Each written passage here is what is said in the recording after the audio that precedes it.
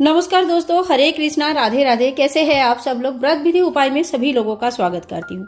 दोस्तों, मकर संक्रांति यानी कि सकरात आने ही वाला है और मकर संक्रांति के दिन दान ध्यान पुण्य जप तप आदि का बहुत ज्यादा फायदे हैं, बहुत ज्यादा महत्वपूर्ण माना जाता है। इसीलिए सभी लोग अपने अपने लेवल पे कुछ ना कुछ दान जरूर करना चाहते हैं।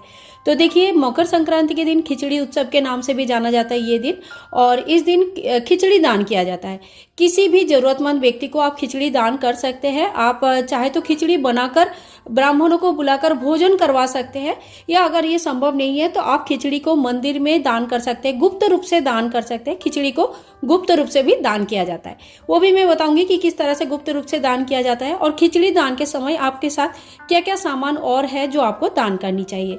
तो चलिए शुरू करते हैं आज का वीडियो। और एक छोटी सी रिक्वेस्ट है, अगर वीडियो पसंद आ जाती है तो please like share and comment, channel को सब्सक्राइब करके रखें। खिचड़ी के लिए सबसे पहले हमें चावल लेना है। अब चावल कितना, आप चाहे तो 1 किलो 2 किलो 5 किलो जितना आप जितना आप दे सकते हैं उस हिसाब से चावल आप ले सकते हैं। कम से कम एक आदमी का खाना बन जाए इतना चावल आपको जरूर लेनी चाहिए, ठीक है।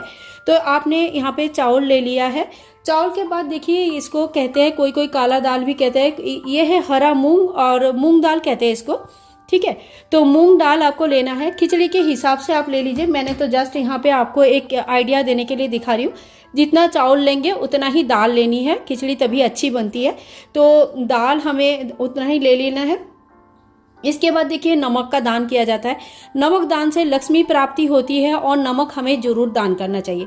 अगर आप छोटे से कम नमक दान करना चाहते हैं तो कोई बात नहीं तो अगर संभव है, नमक का बहुत ज़्यादा दाम नहीं होता है, बहुत सस्ते में नमक मिल जाती है, तो आप जो है कोशिश करें नमक आप पूरा पैकेट दान कर सकते हैं तो बहुत अच्छा। 1 किलो का एक पैकेट लीजिए और 1 किलो पैकेट अलग से आप इसके साथ रख के आप दान कर दीजिए, वो बहुत ही ज़्यादा अच्छा माना जाता है। इसके बाद देखिए, घी दान करनी होती है। खिचड़ी बनाएंगे कैसे, घी तो हमें चाहिए, और इस समय घी जम भी जाता है, तो इसलिए आप किसी भी प्लास्टिक में भर के जो है ना ये दान सामग्री दान कर सकते हैं।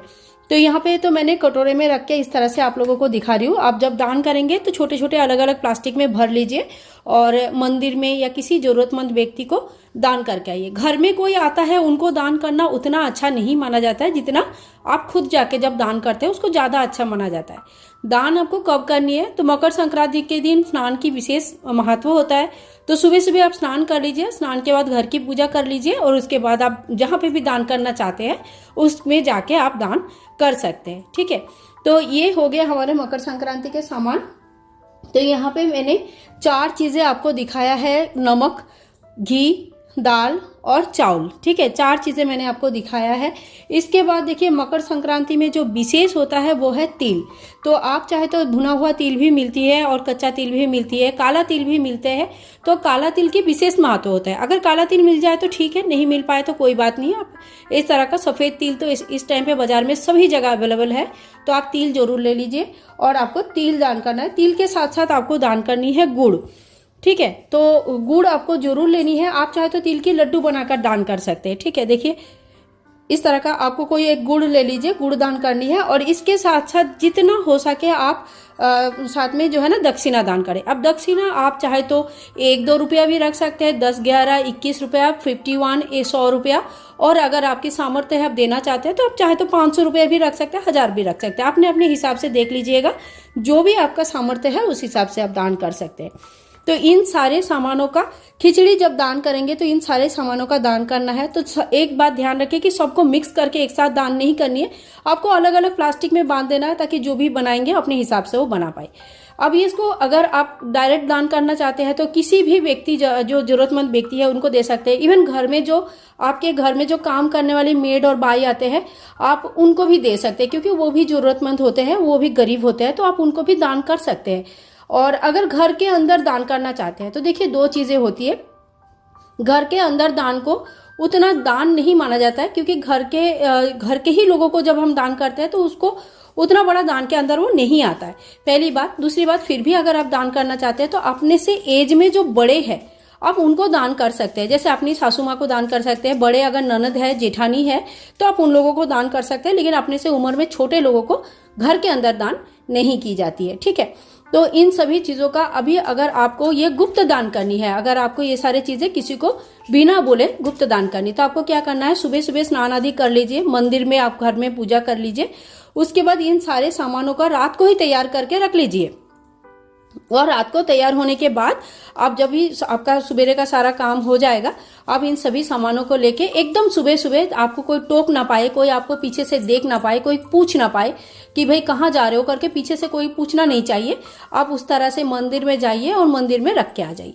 इस समय सभी लोग दान करते हैं तो सभी को पता रहता है कि ये दान का सामान है, तो जो भी जरूरतमंद व्यक्ति है वो उस सामान को ले जाते हैं, खाते हैं, और अगर खुश हो जाते हैं आपके सामान से, आपके दक्षिणा से, तो आपको मनी मन आशीर्वाद भी देते हैं, जो कहीं ना कहीं आपको लगता भी है। तो इसी तरह से गुप्त दान किया जाता है। ठीक है, तो खिचड़ी दान के बारे में संपूर्ण जानकारी मैंने आप लोगों को दी है। खिचड़ी दान आप मकर संक्रांति के दिन एक ही दिन कर सकते हैं। खिचड़ी दान का, गुप्त दान का आप विधि मकर संक्रांति से लेकर पूरे 1 साल के लिए हर महीने एक एक दिन आप दान करेंगे, ऐसा भी आप दान का नियम ले सकते हैं। वो कैसे करना होता है, जैसे इस साल अगर 15 तारीख को मकर संक्रांति है, तो आपने नहा धो के इस व्रत का, इस दान का नियम आपने ले लिया है। मकर संक्रांति के दिन आप खिचड़ी की दान कर दिया है। इसके बाद अगले महीने 15 तारीख को आपको इसी तरह से यही सब सामानों का फिर से उसी जगह पे दान करनी है। अगर सेम व्यक्ति को भी दान कर सकते हैं या अलग अलग अगर आपको व्यक्ति मिल जाता है तो कोई बात नहीं है। आपका 1 साल में हो सकता है स्थान परिवर्तन हो जाए, तो दान आप किसी को भी कर सकते हैं। तो आप इस तरह से अगर गुप्त दान का नियम लिया है तो गुप्त दान करें, और अगर ऐसी नॉर्मल दान का नियम लिया है तो नॉर्मल दान कर दीजिए। और हर महीने की 15 तारीख को दान करने के बाद 1 साल के बाद जब दोबारा मकर संक्रांति आएगा, उस दिन लास्ट दिन आपको सभी चीजें दान करनी है, जो भी सामान है, और उद्यापन उसी तरह से हो जाता है। साथ में आप चाहे तो कुछ सुहाग के सामग्री दे सकते हैं, ऊनी वस्त्र दे सकते हैं, साड़ी या कपड़े दे सकते हैं, जैसे आपका इच्छा है उस हिसाब से कुछ एक्स्ट्रा चीजें उसके साथ जोड़ के आप उस दिन को दान कंप्लीट करके अपना उद्यापन कर सकते हैं। पिछले साल का अगर कोई नियम आपने लेके रखा है तो इस मकर संक्रांति के शुरू में सबसे पहले उद्यापन कर दीजिए और उसके बाद नया नियम लीजिए। ठीक है, एक नियम चलते चलते दूसरा नियम नहीं लिया जाता है। तो मैंने सभी जानकारी आप लोगों को देने की कोशिश किया है। वीडियो अगर पसंद आई है तो please like, share and comment, channel को सब्सक्राइब करके रखें। मिलते हैं नेक्स्ट वीडियो में, तब तक के लिए सभी लोगों को हरे कृष्णा, राधे राधे, और मकर संक्रांति की बहुत बहुत शुभकामनाएं। राधे राधे।